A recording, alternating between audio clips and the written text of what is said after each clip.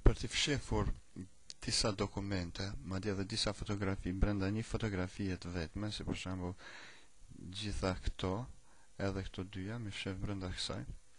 Atëherë unë kam kriju një folder në diskun C me emrin test, sa për ilustrim, nga sa kemi me punu me dritarin e dosit dhe është më lehtë, domethënë prej diskut C.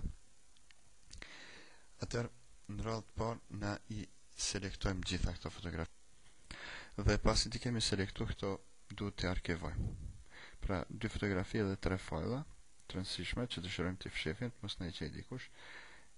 Në send to, me tastin e djathtë klikojmë derisa këto janë të selektume, dhe në send to i arkivojmë. Domethënë i dërgojmë në zip apo në WinRAR apo në cilën do arkivar tjetër. Në këtë rast unë po përdor WinZipin apo zipin, e cila është built-in, domethënë është e integruar në Windows XP dhe vjen me secilin sistem operativ Windows XP, dhe secili kompjuter që e ka të instaluar këtë sistem operativ e ka, domethënë WinZipin si arkiver. Pra pikom presojmë, pe arkivojmë, yes, dhe ja është kriju, domethënë arkivi brenda të cilit dollen gjitha këto dokumente që ne deshëm të arkivojmë. Te unë e ka, domethënë këtë ikon, ndërsa te kompjuterat e juaj masi të krijohet mundet me pas, domethënë këtë ikon. Ajo nuk ka ndonjë domethënie. Pi ndroj emrin, vetëm sa për ilustrim, shembull pia vendos emrin sekreti, pra edhe ekstenzionin e ka .zip. Është më rëndësi t'ja shohim ekstenzionet gjitha këtyre fajlave. Nëse nuk i shihni ekstenzionet, atëherë shkoni te Tools, Folders Options, View, edhe këtë Hide Extensions for Known File Types, domethënë e heqni këtë krapzën apo këtë shenjen vërtetuese për këtuajt, Apply OK, dhe ju tregon ekstenzionet. Ekstenzionet janë domethënë mbas emrit .jpg ose .zip ose .jls. Masi që këto fajlat i kemi në këtë arkiv, në atëherë lirisht i fshim, i selektojmë këto dhe i fshim, edhe këtë, edhe këto dyja. Tash këto ndodhen brenda këtij arkivi, gjitha të fajla. Masi i kemi fshi, e zbrazim shportën, recycle pinin, që mos na i gjej dikush se pi fshefim për dikujt kinsa. Edhe gjitha këto kanë më vendos brenda fotografisë, që kjo fotografi, e cila për momentin i ka 100 KB, kur klikon dikush 2 herë këtu, hapet si fotografi. Dhe askush nuk e din që brenda saj ndodhen, domethënë ka edhe dokumenta apo fajla tjerë. Për me po këto, e hapim DOS promptin, të shku të start, run, pra dritarin e DOS-it, edhe shkryjmë cmd. Pra cmd,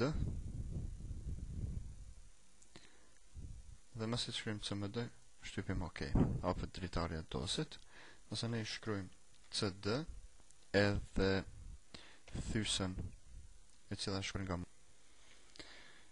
pra si kjo këtu, dhe shtypim enter, tash dhe më thënë kemi kalu të diskut C. Ne fotografit i kemi në direktoriumin C-test. Atëherë për të kaluar në direktoriumin apo në folderin test, duhet të shkruhet komanda cd, që dhe më thënë shkurtes për change directory, pra cd, edhe emri direktoriumit test, dhe ja tash kemi kalu në direktoriumin test. Më pastaj e shkruajmë këtë komandë, pra copy, një zbrastin, thysa, po vje lekuar ka djathtas, b, zbrastin, emri fotografis.jpg, në këtë rastin tonë është kala.jpg, plus sekreti.zip, emri i arkivit tonë, ku ndodhen fajlat e fshehura, zbrastin, sërish emri fotografis që rastin tonë kala.jpg. Copy, pra, një zbrastin, b, emri fotografis në rastin tonë kala, pra kala.jpg, zbrastin plus zbrastin sekreti .zip, emri i arkivit sekreti zip, ku ndodhen fajlat të fshehura, zbrastin edhe sërish emri i fotografisë, këtë rast kala.jpg. Kala.jpg. Edhe shtypim enter.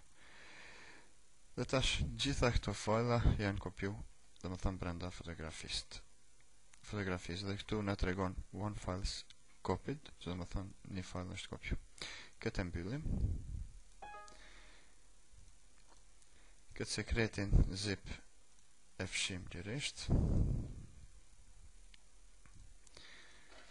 Dhe në folderin test e kemi vetëm fotografinë e cilat tashmë nuk i ka 100 KB për 228 KB.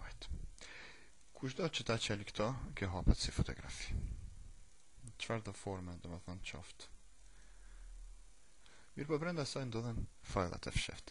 Për mi pa të fajlat fsheft, ne nuk kemi, dhe më thënë, mundësi si mi dekompresu këta. Dhe më thënë, nuk ne jep mundësin me tastin e majtë. Po shkojmë, e bëjmë rename, këtë JPG-n e bëjmë zip, yes, dhe kjo është ndro komplet në arkiv. Klikojmë dy herë dhe mbrendit kësaj, dhe më thënë, nuk shihet fotografia jonë, për ndodhen fajlat e fshehura, si për shembull fajli i kësaj vajzës tjetër, apo do më thënë të dokumente, si për shembull ky dokumentin këtë rast që është. Dhe sa herë